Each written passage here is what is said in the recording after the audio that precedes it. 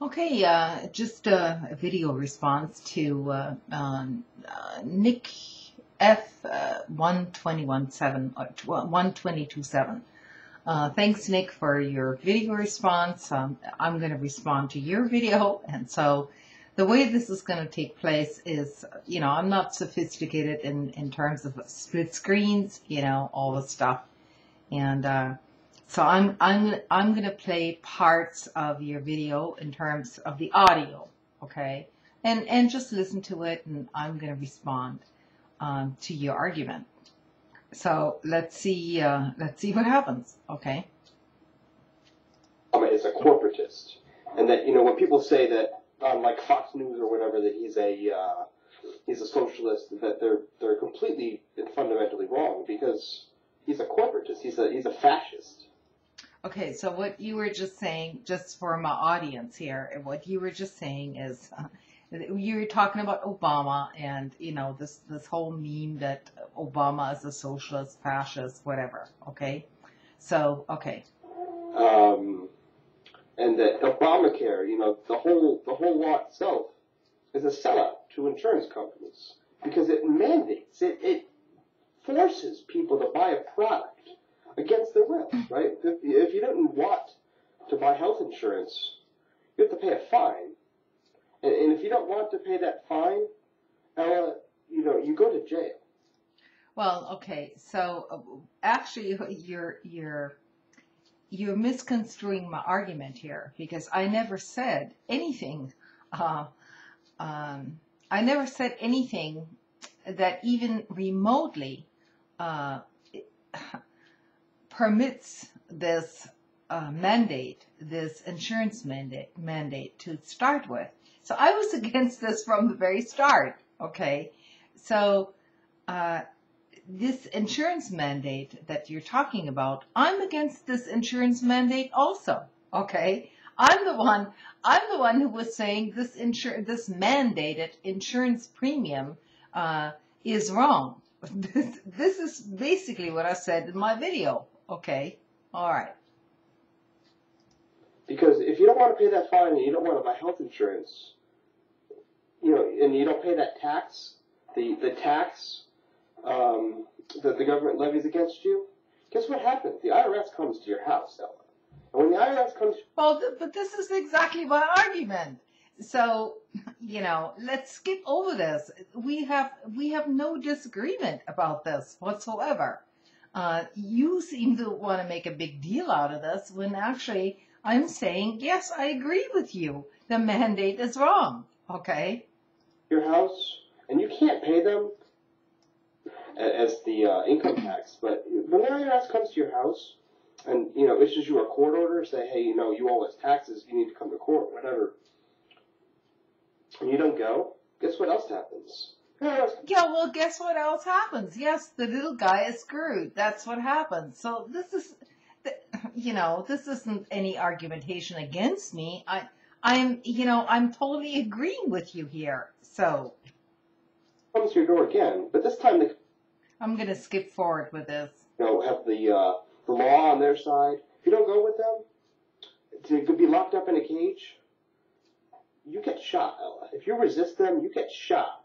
Well, you know what? It's probably a bit of an exaggeration for you to say that people who don't pay taxes are going to get shot, okay? Just a little over the top, I think. Well, at least at this point, okay? The people who are evading taxes in the upper echelons, I might add, they aren't getting shot, are they? No, nothing happens to them. So, okay, I'll let you continue. And that's how the government works. The government is fundamentally, the initiation of the use of force. Well, wait a minute here. No, the government intrinsically is not automatically the initiation of force. What kind of government do you envision? You're probably saying it should be government by the people for the people, right? So automatically for you now, and this is the argument you're trying to make, is that any kind of government is intrinsically evil and intrinsically wrong. they have legitimatized the use of force. You know, is it right for them to say that you have to buy a product?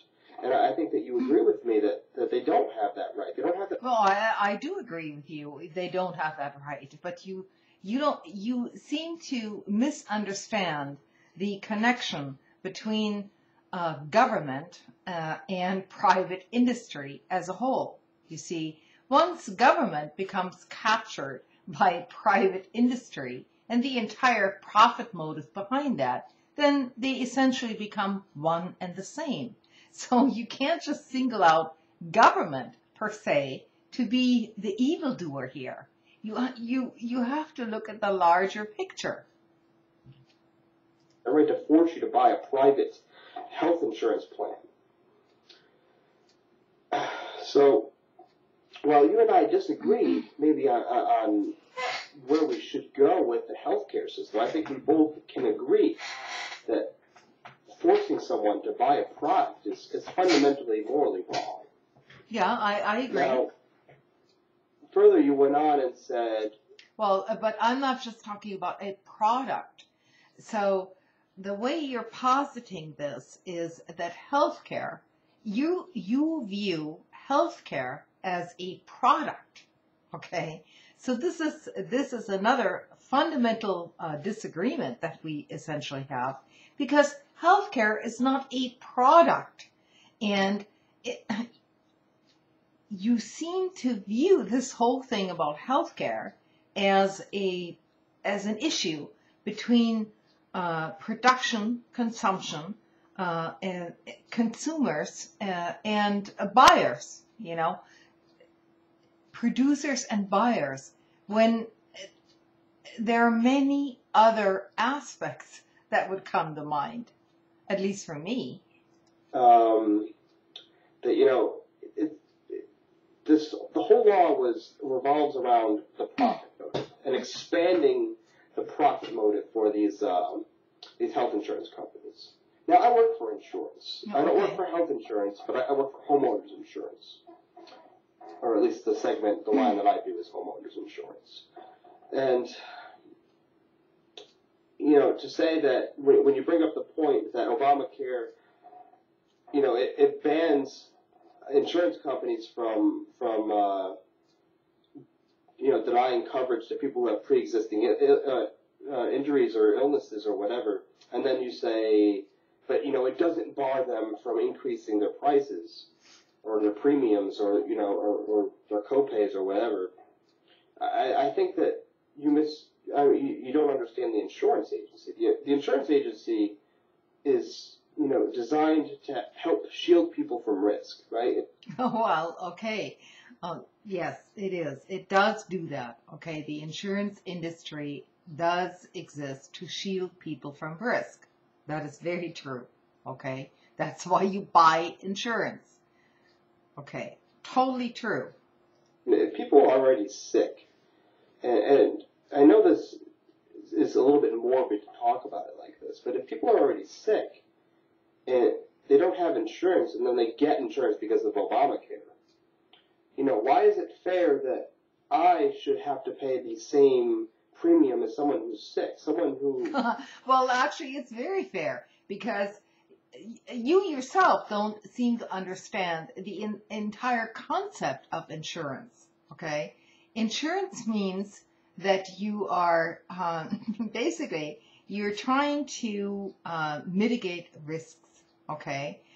So your argument now is that as long as you have the capability of eliminating risk altogether, then that is called insurance.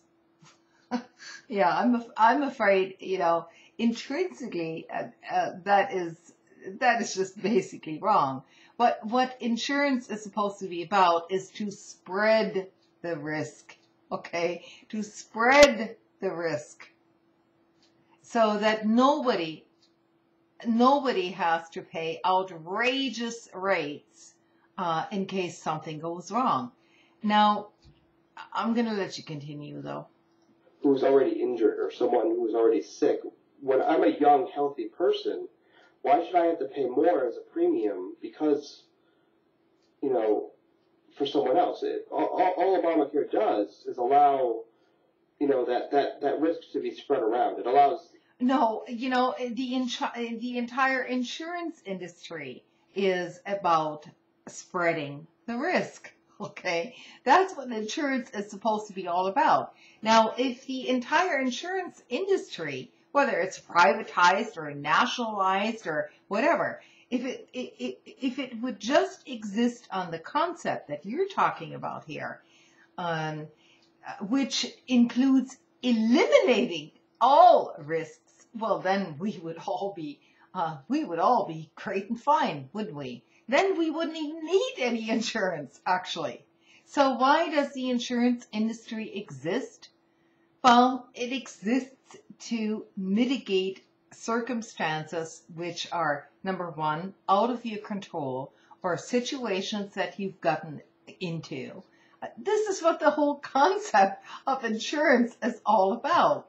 And it is completely irrelevant whether this industry, as a concept, okay, as a concept is private or publicly funded. The concept of insurance is that you're not on your own, that you do have to spread the risk. I don't understand how you can get that wrong. The corporations to charge everyone a higher premium to sort of balance it out for the people who are sick already. Well, you see, the thing is, insurance is about balancing. This is what the whole concept of insurance is all about. Now, if everyone healthy is buying an insurance policy to buy a product in which there is virtually no risk, well, then you wouldn't need any insurance at all. You see, this is where I'm coming from. It doesn't, because the health insurance companies, they're still, at the end of the day, looking to make a profit, right? And because it's their company. It's what we do. It's what companies do. They need to look for a profit, and if they. Yeah, but see, I'm fundamentally against that. The insurance companies should not be operating for profit to start with. There shouldn't be any profit motive involved in it whatsoever. It should just be about insurance, okay? It should not be about profit. It shouldn't be about profit at all. It just means spreading the risk. That's all it is. If it makes sense for people to opt out of buying health insurance and instead paying whatever fine or tax or whatever you want to call it, and because they have a pre-existing illness, wouldn't it make more sense for that health insurance company to sort of raise everyone's premium so that that person can get the insurance for somewhat cheaper? And why is that fair then to me as a healthy young person to have to pay a higher premium because of that?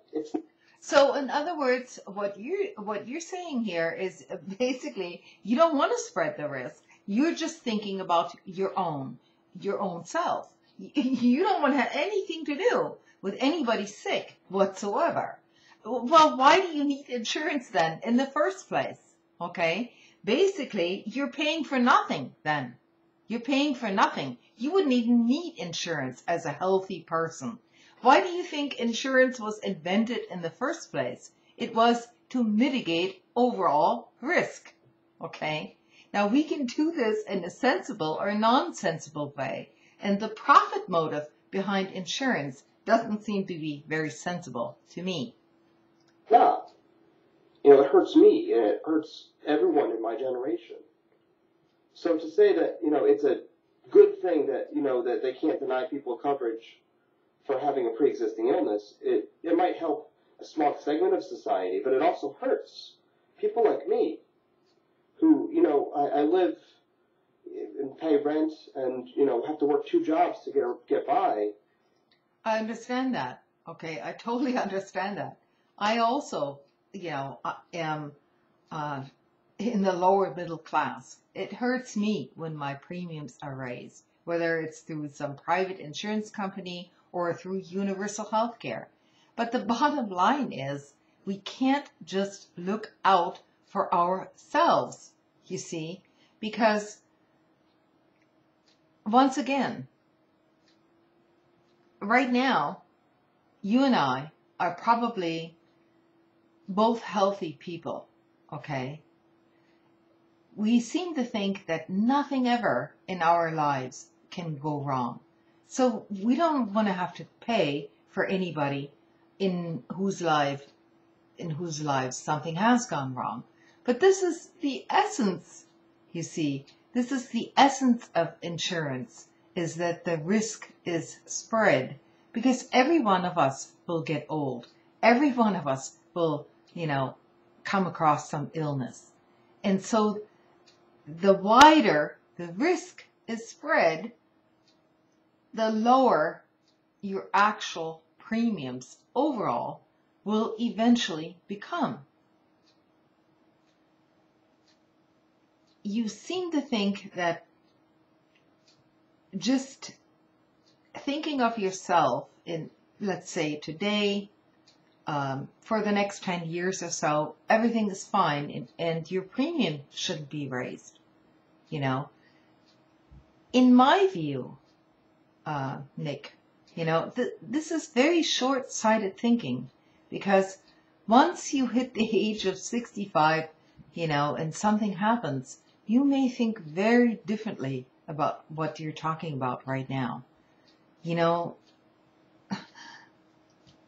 At your age, and maybe even at my age, I'm 55, we seem to some degree to think of ourselves to be invincible to anything, any outside influence that may or may not happen.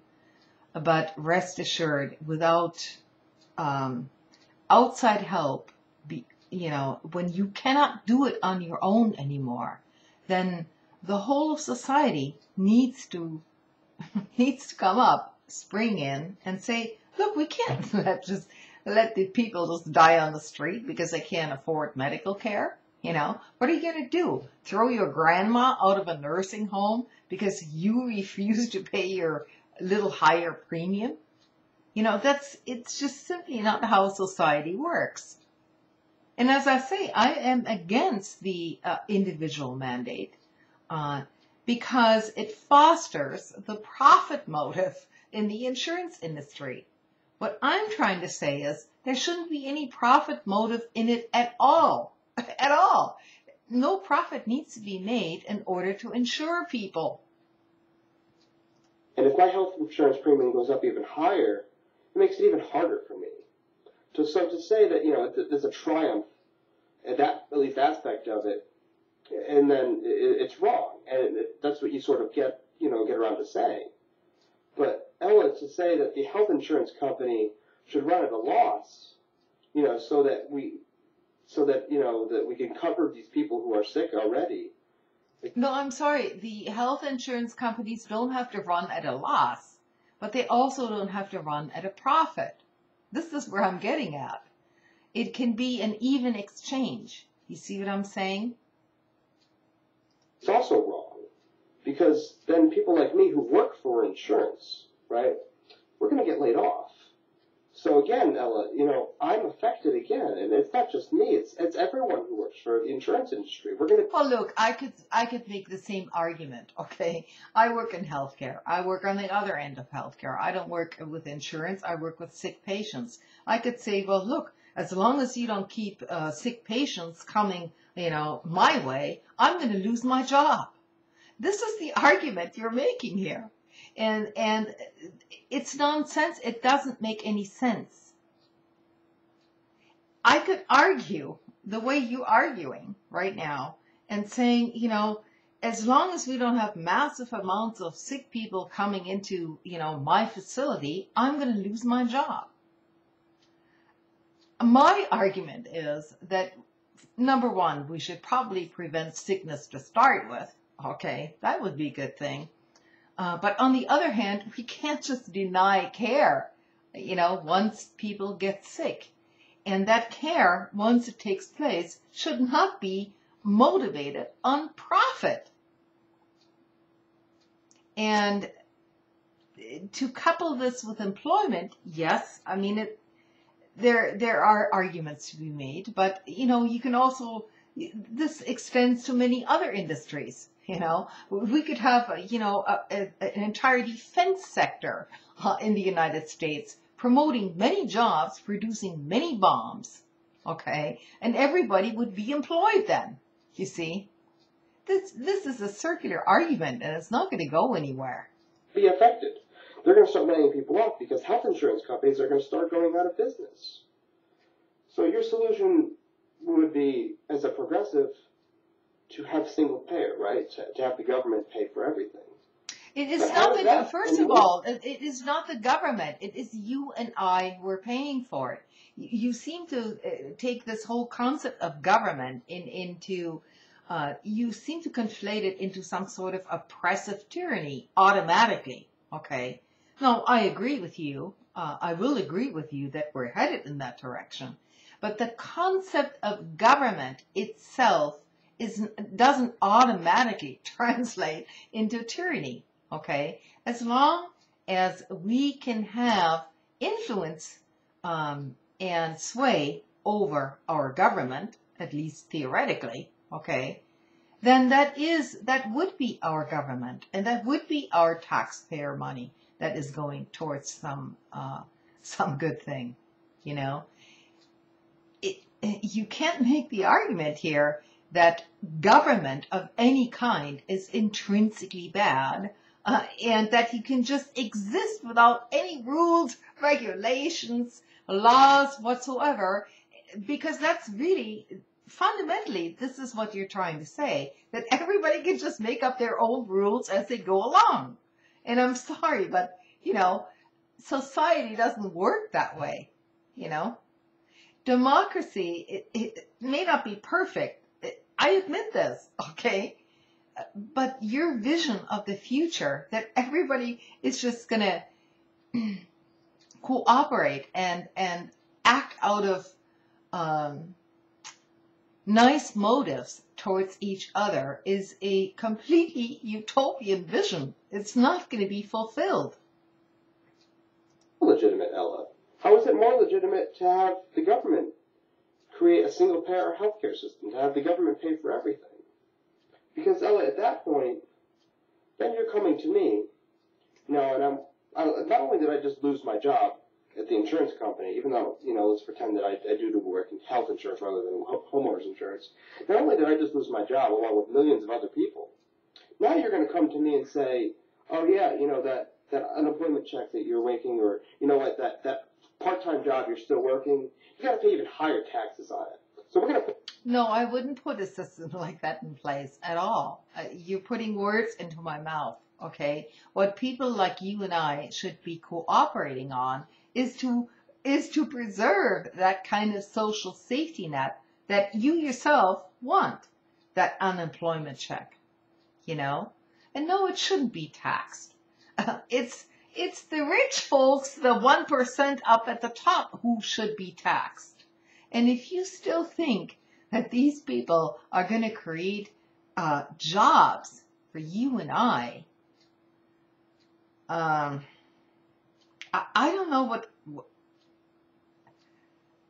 kind of a world you live in if you don't see what is happening. Put a gun to your head and say, hey, if you don't cough up 40% of whatever you're making right now and give it to us so that we could, pay for everyone's health care, you're going to go in jail. And then if you don't go to jail, if you try and resist going to jail, we're going to shoot you. You know what? Your argument is exaggerated, for one thing. Okay, I myself I'm on unemployment right now. Okay, without that check, as you said, I couldn't survive. I couldn't make it right now. I'm actively looking for other jobs. Okay, but nobody is taking away 40% in taxes out of my unemployment check. So this is an extreme exaggeration on your part. Nobody's taking 40% of taxes out of my unemployment check. In fact, I can write it off at the end of the year. So, that is if I can find a job, so hopefully that'll work out. But, for you to say that somebody is going to throw me in jail because I'm collecting unemployment and I can't pay the taxes, well, guess what? It's an exaggeration. We need to work together on this. Because that's what the government does, though. It comes to me with a gun in its hand and says, give me all your money so I can give it away in your name. But, you don't look at it that way, Ella. You look at it as, there's people that we need to help. And I agree with you, Ella. There are people that we need to help. But to use force of government to do it is morally wrong. Okay, so if you have to have any kind of government, your type of government, so government then in your view is morally wrong. Okay, so any kind of government is morally wrong. This is what you're saying. Please get back to me on this part of it, because I would like to have a discussion on this. But then you go on and later in your video you start talking about, you can't vote for the lesser of two evils. You can't vote for Obama over Mitt Romney because you don't see it as being a choice. And I agree with you, Ella. I agree with you that there is no choice there because they're both corporatists. And as a libertarian, I'm just as fundamentally against corporatism as you are. Because I think it's fundamentally morally wrong to give, a corporation or, anything like that power in the government. Because that's, that means that Monsanto or I don't know, General Electric or Philip Morris or whoever, they get to make decisions in the government by lobbying to drive out their competition. Right. And then, when they buy, congressmen who are, in the pockets of these big, like, pharmaceutical companies, then, the entire purpose of having a democracy, a limited republic, it's blown out the window, right? Because then they just use the government, because as we all know, the government can't get rid of greed. It doesn't get rid of greed. It tries to limit, the impact of greed on society. But in doing so, it empowers these, greedy people. These, because there are greedy people in the society. It empowers them with the ability. Well, this is the whole argument I'm trying to make. You see what I'm saying? So you basically agree with me that government is not intrinsically bad as long as people can still control the government. This is all I'm saying. So I have no argument with you on that score whatsoever. Where we differ is that with, some libertarian viewpoints, some people, and maybe you yourself, I'm not sure, but maybe you yourself seem to believe that we can all function, individually without any other corporation from other individuals whatsoever. Okay? This is not society. It can't work. It'll end up in complete chaos. What we need to do is basically reform our government from the grassroots down. And you and I will agree on that. But to say that government per se is something intrinsically bad just doesn't make any sense. Look, even tribal societies will have elders and some form of government. There's never been any protracted period in human civilization where there wasn't some sort of organization which organized things. Now, the trick comes in when, one faction takes over the other without any recourse. And I think that's what you're talking about here. But I think you've got that whole thing misdiagnosed, okay?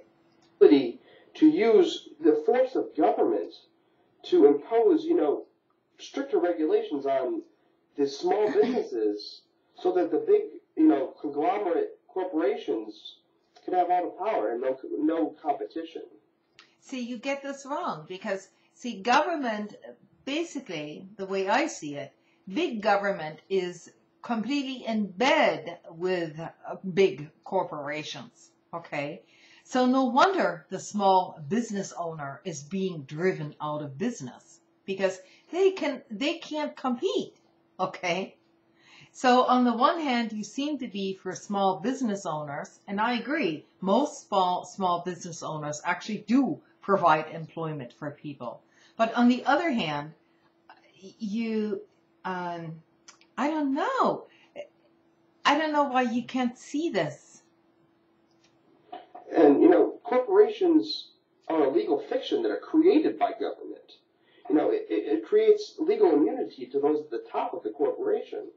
They're not liable for their actions. Well, you see, once corporations had corrupted the government to the degree to where, the government was basically in their pocket, yeah, that's exactly the outcome that we're seeing. And in a free society, there would be no such thing as a corporation. Well, okay, I would slightly disagree with you with that. First of all, there will never be a completely free individual or a completely free society, okay? This is a utopian notion. People will have to cooperate with each other, and people will need to make compromises with each other to a certain degree, okay? So, to say that Mitt Romney and Barack Obama are both corporatists, and there's no choice there, and they're both evil. I agree with you, Ella, but maybe for different reasons. I liked your video, and I hope that you respond to my response video, and I hope that you have a good night, Ella. Thank you for listening. Okay, I liked your video too, because maybe some of us independent thinkers can come a bit closer to the crux of the problem. So yeah, no, I don't have a beef with you. We're having a back and forth here, but I just wanted to thank you for your video. I'm making a response to it, and yeah, we'll probably go back and forth for a while. Okay, that's it.